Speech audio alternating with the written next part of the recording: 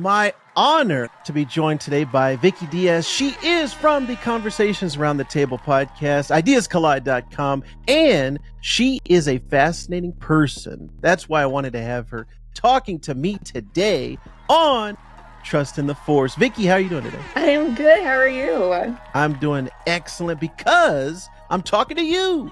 And you had, we had some conversations about some different topic ideas and different ways we wanted to go.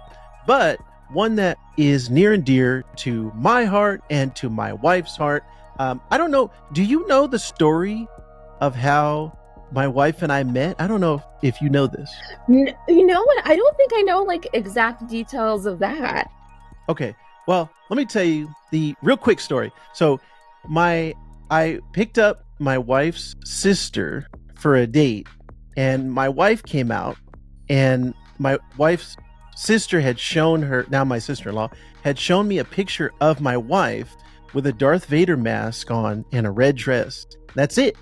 And so I said, oh, she likes Star Wars. So when she came out, it was just happened to be May the 4th on the day that I met her.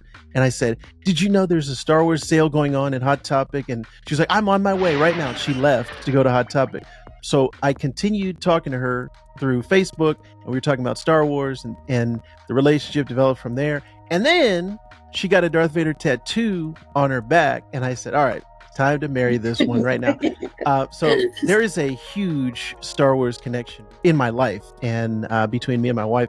So talking today about Anakin and Darth Vader, I think, is a perfect topic to speak about. So I'm I so want to say this, my connection is my daughter was actually born on May 4th. Oh. Because, in the delivery room, they had the TV playing, and I was thinking, as we know, birth is like labor can ebb and flow. So there was a moment where I just was watching TV, and they had, of course, a marathon. And I was like, you know what? It's going to be very telling who my daughter is her personality, depending on the movie she's born during. Ooh. And I got Revenge of the Sith. So my daughter was born during Revenge of the Sith on May 4th. Perfect. That is one of my favorites. That is fantastic.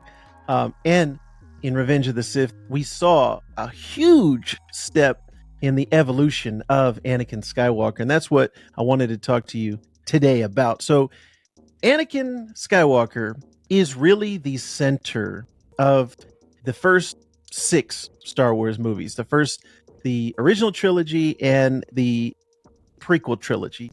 Mm-hmm. Anakin / Darth Vader, his journey from small slave boy to almost the most hated, the most villainous character in all of Star Wars. And it's really a crazy kind of evolution that goes on because we are introduced to him as Darth Vader. The first time we see him, he is like the most evil character in the galaxy. And then he does get redeemed by the end of that original trilogy. But then we go back to the prequels, and it's like, oh, wait a minute. He was just a kid. He was not always this evil figure. And it's supposed to be a tragedy of how he fell. So I wanted to get your take on this, Vicki. And I know that you have a nice background in this, a nice researched topic background of this. What are your just general thoughts overall about Anakin as a character, Anakin Skywalker? And I will say this, one thing that as a child, I didn't understand, when, obviously 4, 5, and 6 came out first, and so you have that picture of Darth Vader, and then later on with 1, 2, and 3, you get to know Anakin. And I remember as a kid, I was just like, why would they do it backwards? Like, why would they start this story and this narrative this way? And then I think as you rewatch those movies, you begin to understand that it's such a beautiful job of like how they unlayer that, of setting him up as this villain, this iconic villain, but with the 1, 2, and 3 getting to just peel back who Anakin is. And I think that to me was definitely the big appeal.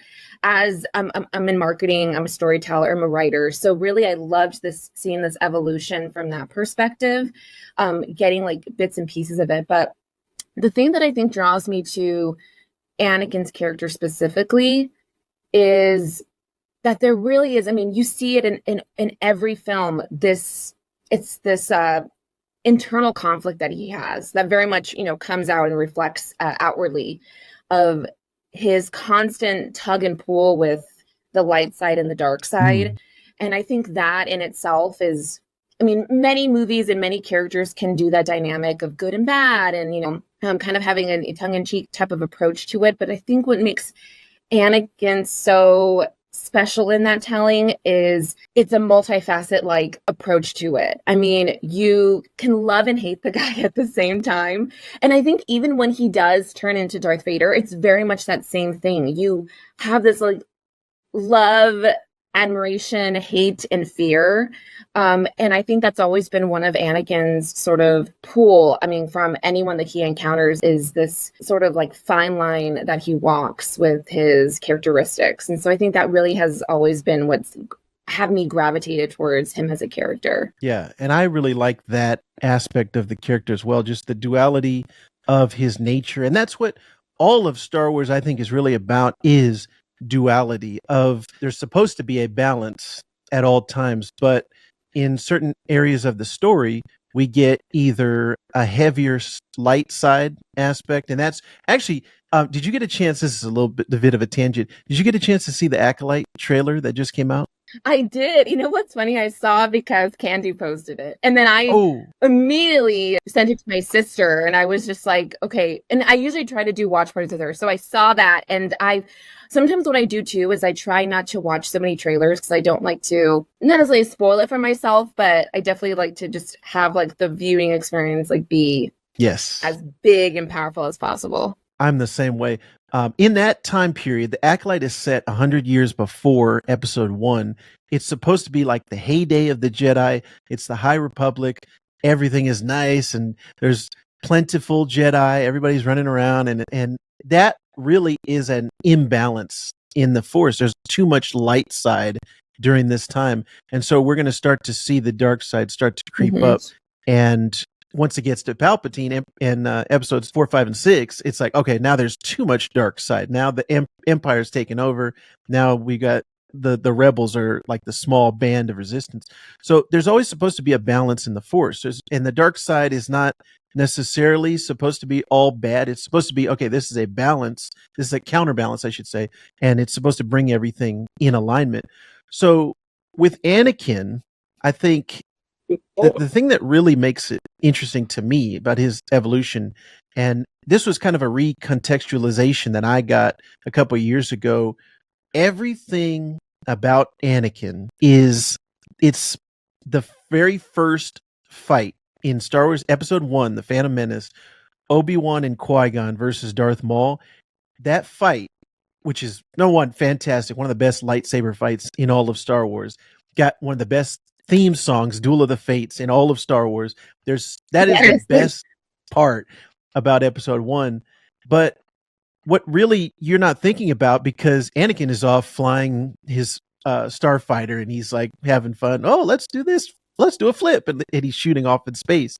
You're not actually thinking about the fate of Anakin, which is in turn the fate of the galaxy, is dependent on this fight between the two Jedi and the Sith apprentice. Because let's say if Qui-Gon lives in that fight, he goes on to train Anakin, not Obi-Wan. And the whole thing about Obi-Wan is the relationship between Obi-Wan and Anakin is more of a brother relationship. You are my brother, Anakin. Qui-Gon would have been a father figure to Anakin, and he never had a father. And it goes back to that nature versus nurture argument. And what if Anakin had a strong father figure in his life? I think there's a lot of things that would have been different.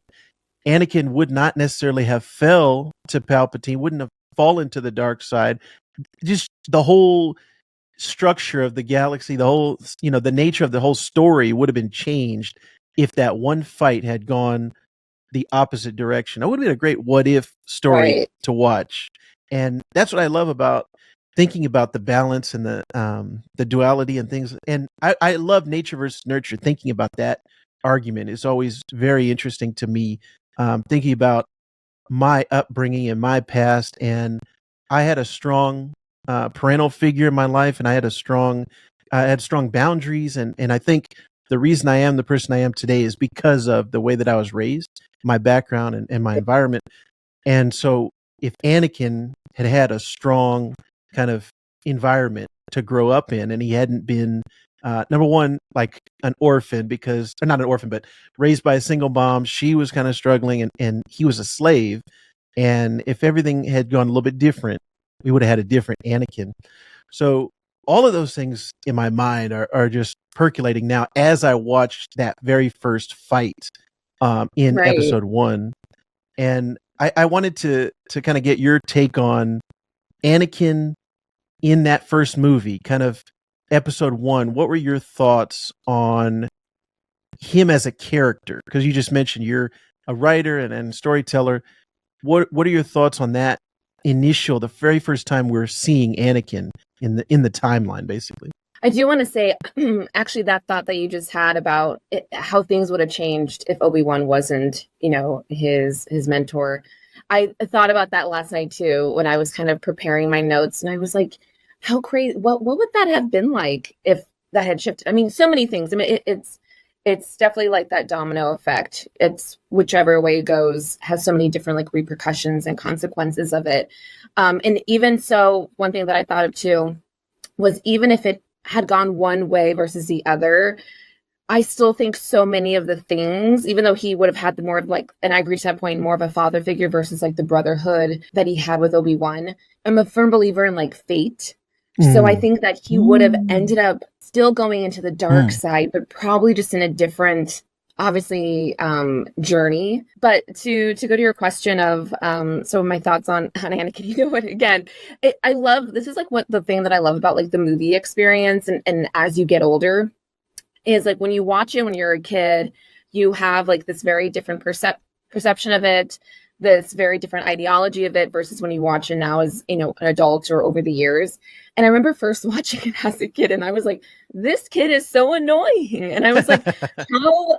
And I had a hard time being like, how could he become Darth Vader? And I remember, having that sort of like conflict, I think when it came out it was probably 2000 or so, 1999 or so. So I was very much the same age as the child who was playing Anakin. But as you watch it again, you're able to see it as like, this is how it's meant to be told. This is a child. This is a child in his circumstances of living in a very harsh environment, living in incredibly poor conditions of, being a slave, definitely being used for his mechanical skills, and then really not having any hope that he would ever leave. And the only thing that his saving grace that he had was his relationship with his mother. And I think seeing that and really now being a parent, understanding like, the sacrifices and so forth, and also definitely how that would have shaped him in the later movies. But I definitely saw Anakin as someone who just, and I think it plays later on, and why he had such a, obviously his relationship and marriage with Padme, but also his relationship with Obi-Wan, is when he was fully embracing his light side, I felt him to be very loving and to be very just fun and vibrant. And I think that was always his strongest side. And I think, obviously he ended up going to the dark side, but I think his arc, that to me has always been present. And so it was really great to see in Phantom of the Menace this development and this foundation, that because I think at the end, especially when you come from a traumatic sort of background and experience, that inner child of yours is always there, and it's always seeking to be healed or seeking to be understood or seeking to just have peace.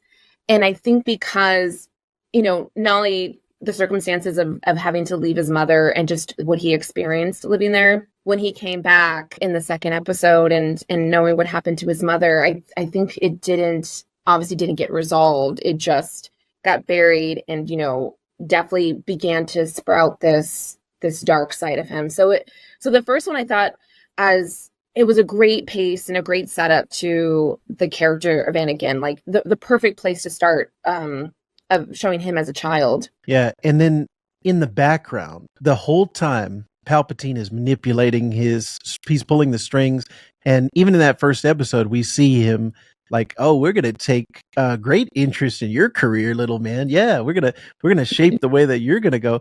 And you see that all throughout those first 3 episodes. It's a very nice arc that they set up of Palpatine from the first episode to the second, where they have more of a colleague relationship, Anakin and Palpatine. Right. There's some missing years there we don't get to see, but he's very much that man child in the second episode where it's he's lusting after Padme, and he's like his priorities and his mindset is quite different from that little boy that we saw. And even Natalie Portman comments on it. He's like, "Oh, I just picture you as that little boy on Tatooine," and he's like, "Nah, I'm a man now, girl."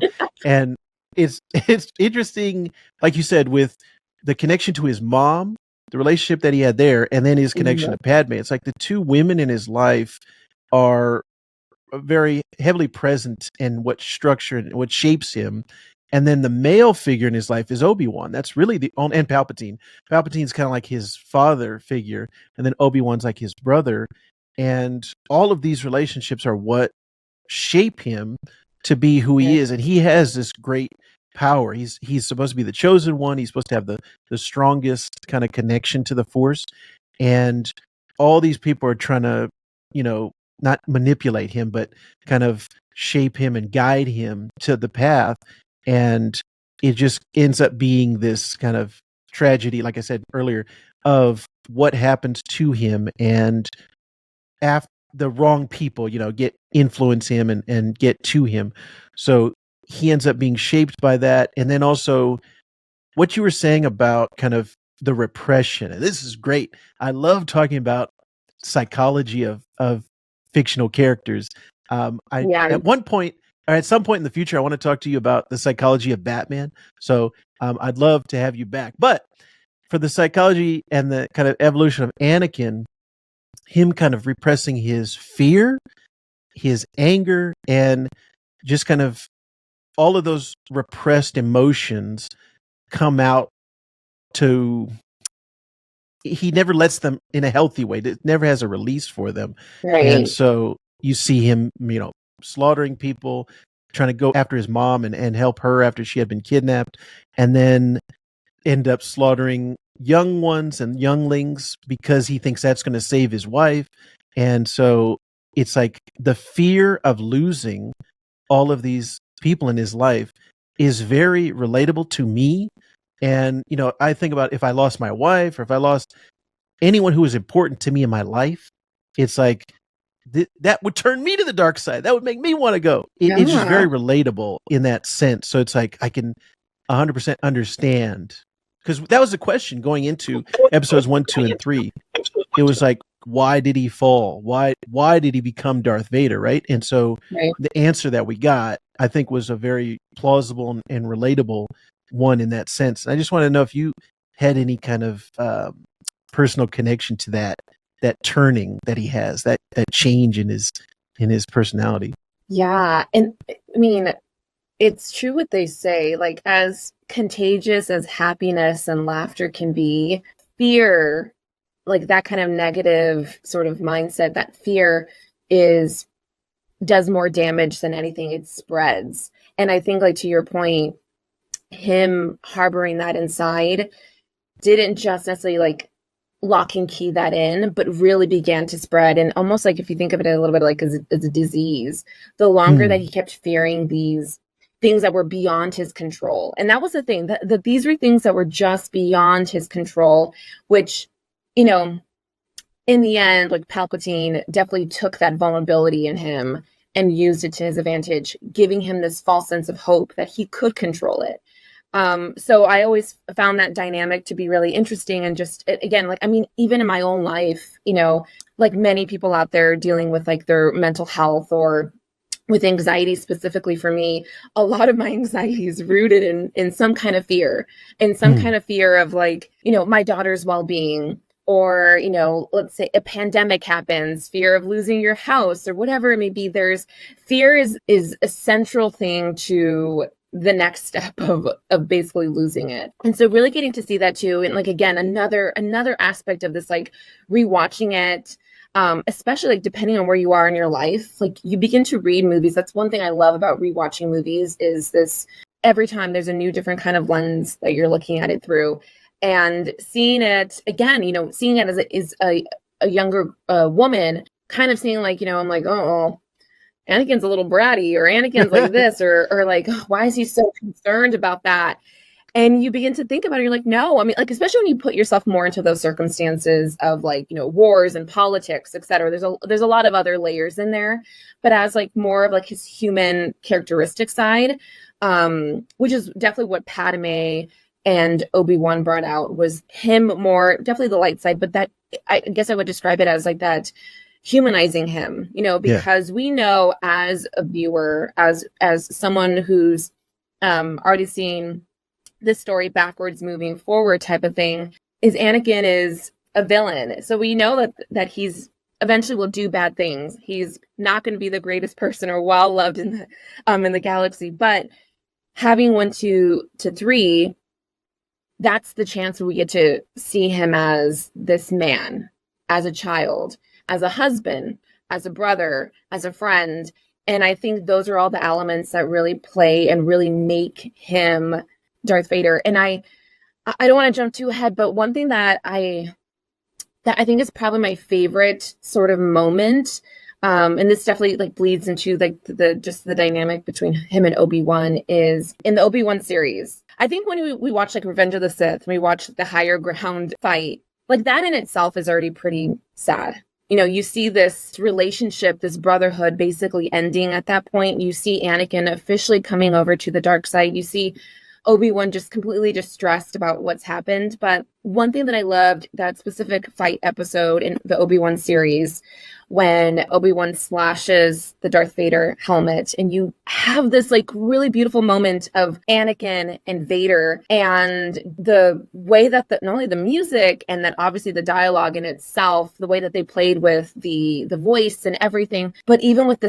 lightsabers light in the right moments, reflecting this like good and bad, and you get to hear his voice with the right, kind of light reflections at the right time. But what really I watched that scene more times than I can count. I think I probably watched it more than I ever watched any of the movies combined. I just love that scene because it really is, and it's so sad. I think I see it from that point, is the moment that Obi-Wan recognizes like his friend is gone. And to see that play out verbally, from a script standpoint, but as, an actor, to see, Ewan McGregor do that is, it just like kills me, because you lived this experience 1 to 3 with these characters and have seen them grow and develop a relationship that was, frankly, there was a lot of it, because when you look at the way Anakin was with Obi-Wan, there's a lot of respect,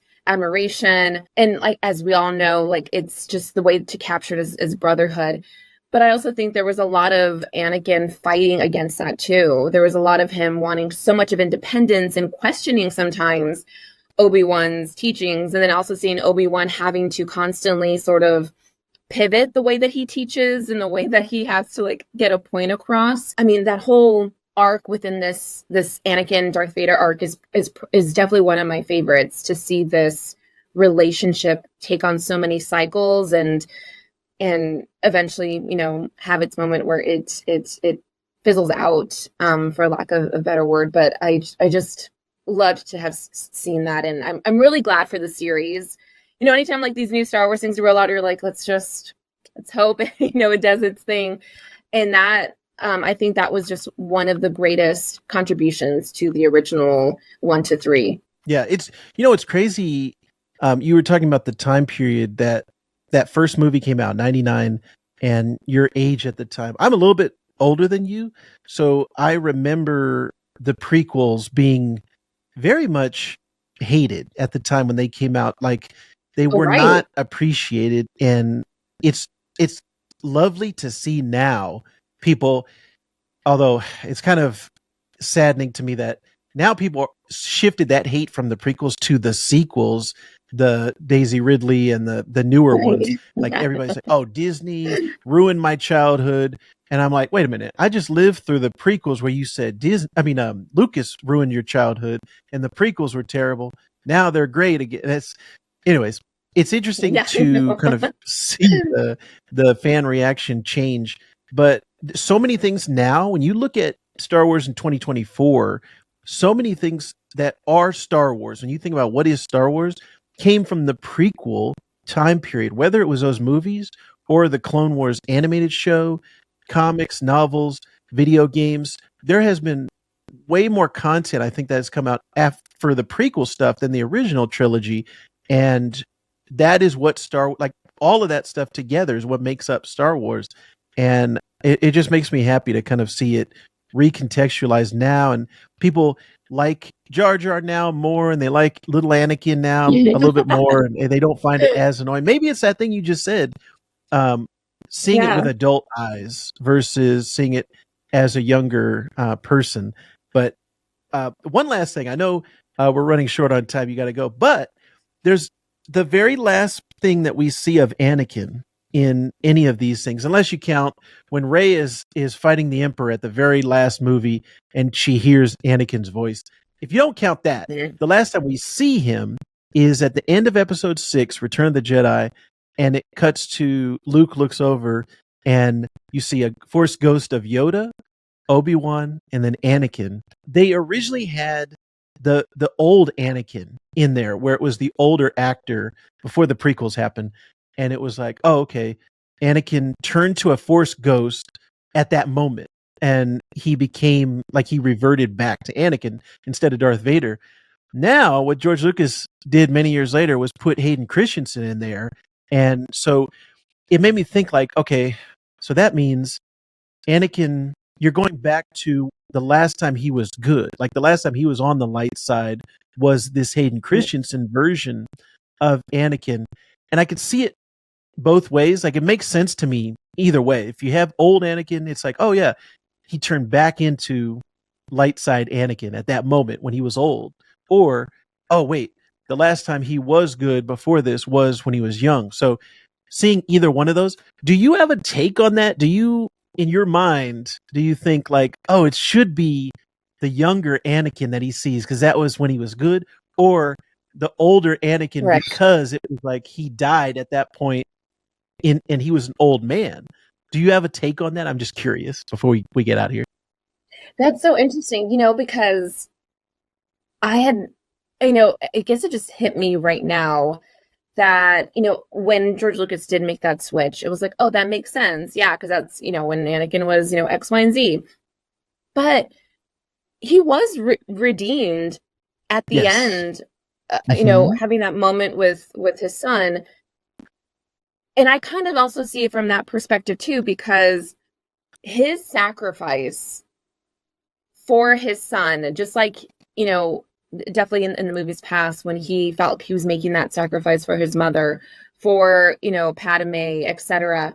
And then even too in his sacrifice basically for his allegiance to Palpatine. So Anakin's definitely had these moments, but I think that last one that he has before he passes with Luke, I can also see that sway in that way too, because that was the moment where he then again had always had this dual identity and this internal conflict, that he was able to again touch back into the light side and have that moment in those last moments with his son and redeem himself in that sense. But so I can see both ways. If I had to pick a preference, though, just because I like Hayden Christensen, I would probably go for the younger him. But then again, I would be like, "Where's Ewan McGregor? Let's get him in there too." Yes, But yes. no, but I that's so interesting. I never thought about that really until right now. Yeah, it could go either way. And it's funny.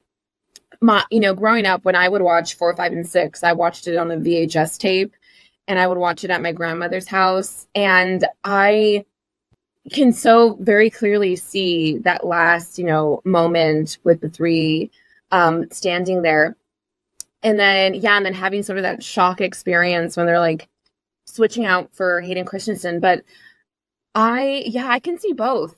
I think both work. I think both have valid reasons, and one thing I do want to say too, that as you know, we kind of talked about like Anakin as a chosen one. I know there's a lot of like conversation and like people having their opinions of whether he really was because he went to the dark side. But I remember watching this interview with George Lucas where he said he is. He always has been, always will be. And it's just I think that also adds to the beauty of like this complex fallen hero arc that he has, is that Anakin has always been the chosen one. How he got there, how he like fully cemented that path was definitely a hard one. It definitely wasn't what I think people were expecting. But I think he really solidified that in his last few moments with Luke. And I think that is what really then just made that a complete circle of him being the chosen one, is because he did. I mean, in his way and in the very chaotic way, he did bring balance to the force. One thing that I will say, I don't think he did that completely on his own, because I think at the end it ended up being something that he did with his son, Yes, who then eventually would carry on his own legacy. I love talking about all of this stuff. And Vicki, the only way I can let you go and let you get out of here is if you promise to come back on another episode, because there's so many characters that I want to talk to you about. And even Anakin, there's some more stuff I want to talk to you about Anakin. So yes, please join me once again. I had a great time chatting with you, and I would love to talk to you again. I would love for all of you out there to let us know, what are your thoughts on Anakin, the chosen one, his evolution, and kind of his role in the greater Star Wars universe. Please leave a comment down below, because I would love to hear your thoughts and talk to you, discuss more of this. And this is what we are here for on Trust in the Force. So thank you very much for joining us, and we would be honored if you would join us again.